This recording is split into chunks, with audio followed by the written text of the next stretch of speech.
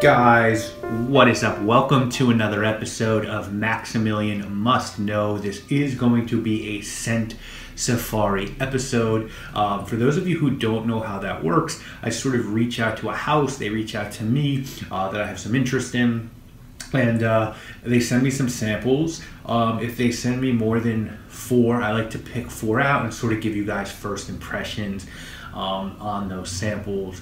I sort of wear them that day and then sort of give myself a little top off right before I film the video so I can be really familiar with the scent. And the fragrance we're going to be looking at today, or the fragrance house we're going to be looking at today, is, and my French pronunciation is admittedly not up to par with some other reviewers, but the name is Coquillete, I believe. And I really just learned about this house a couple ways. I was looking at Fragrantica one day. I like to look through notes, and there were some notes that I was looking through, and some of their fragrances just seemed really interesting to me. So I reached out to them, and they were nice enough to not only send me some samples, but they sent me a bottle of one of their newer fragrances called Super Green, which I'm actually going to do a full review on in a few weeks.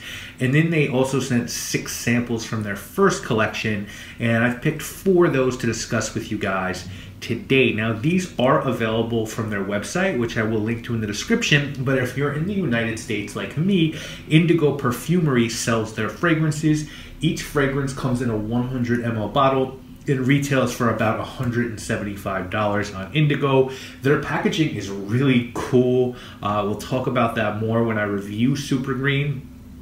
Before we get into into the fragrances, let me give you a little bit of background on this house. So this is actually a French perfume house started by 2 women, Elise Jaros and Rosa Vaya, in 2012, and their goal was to combine Italian elegance with French high perfumery, and their fragrances are designed for people of character who despise conformity and seek something different that will resonate with their individuality.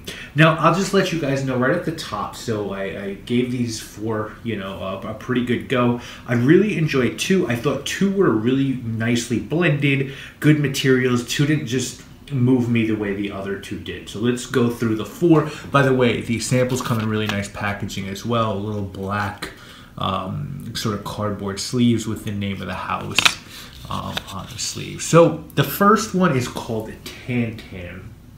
Tantan is named after a Moroccan province which is part desert and part port with a big spice trade.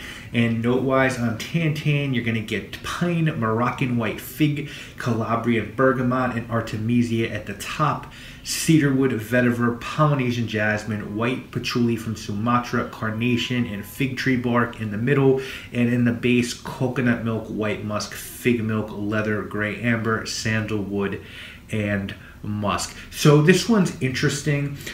This one didn't really project at all on my skin, and which I didn't love about it. I really like coconut and fig scents, and I was really excited for that.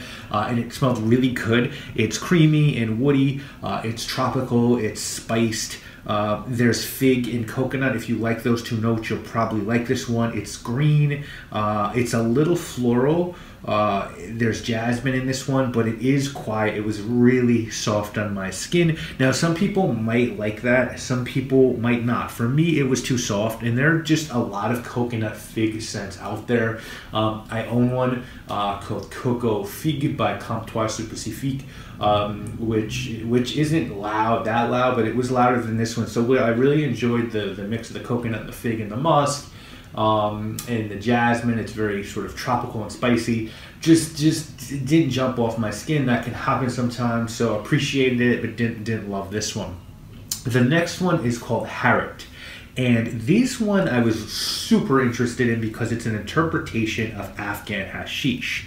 And I was like, whoa, one of my favorite fragrances is Black Afghano. My Nasamata was like, well, did this come out after or before? So this one did come out after Black Afghano, which came out in 2009. I think this one came out in 2012, but still super excited to look at it. And the notes on this one are tobacco, jasmine, ylang ylang at the top, amber, cannabis, myrrh, labdanum, incense in the middle, and oak moss, vetiver, tobacco, and ambergris in the base.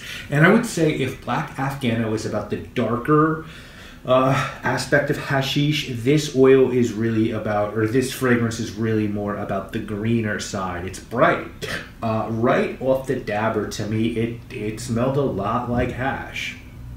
But it quickly really just turned into a vetiver fragrance. And again, this one was really soft on my skin, so I really was excited this one as soon as it hit my skin, and then within an hour or so, it just to me smelled like a very green vetiver very green vetiver scent, very natural smelling, very good quality, well blended, but very soft and green.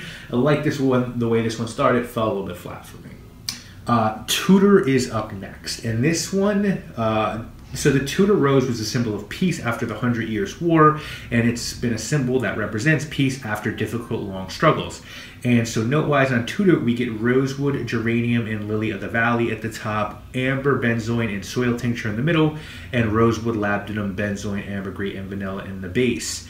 And this one was quite loud. This one didn't have the projection problems that the other two had. This is really nice. This is a cozy, woody, sweet, resinous scent. So here you're going to get geranium, which I'm a big fan of geranium. You're going to get woods, and you're going to get a mix of resins and vanilla. It's actually quite simple, but it's really well blended. It's gorgeous. It's highly wearable, and this is the kind of fragrance I could see like spraying on a scarf in the winter and just sort of enjoying your scarf for weeks after that. It's warm, it's cozy, it gets really powdery and spicy the longer that it sits in your skin, and the rosewood really pops out here. It's a really well done scent. The last one we're going to talk about, Sulmana, was far and away my favorite. And this one's really simple note breakdown. I don't know that there's a huge concept behind this one. It's got Madagascar vanilla, almond, sugar, and orange blossom. It's really simple, and I love this one. To me, it smelled like orgeat. And if you don't know what orgeat is, it's a syrup that's made from almonds, sugar, and you either use rose or orange flower water. And historically, it was sort of used in old school vintage tropical cocktails like tiki drinks, you know, sort of used as a sweetener in tiki drinks. And this is exactly that. This one performed wonderfully on my skin. It lasted all day. It projected all day, and that's just really off a dab. It's very full and lush. It's big, it's rich, it lasts forever. If I really like the smell of almonds, I'm actually working on a fragrance with an amaretto accord. If you like the smell of almonds, milky, nutty almonds with orange flower and vanilla, then you're going to love this one. This is really a wonderful gourmand fragrance, perfect for the colder time of year. So my takeaway is very nice fragrances, really natural smelling, well blended, well made scents. I wish a couple just were bigger performers on my skin, but I was happy with the certainly two of them, as I said, I wish they performed a little bit better on my skin. But I'm very excited to do a full review of Super Green in a couple of weeks, because I really haven't given that one any time yet to test out.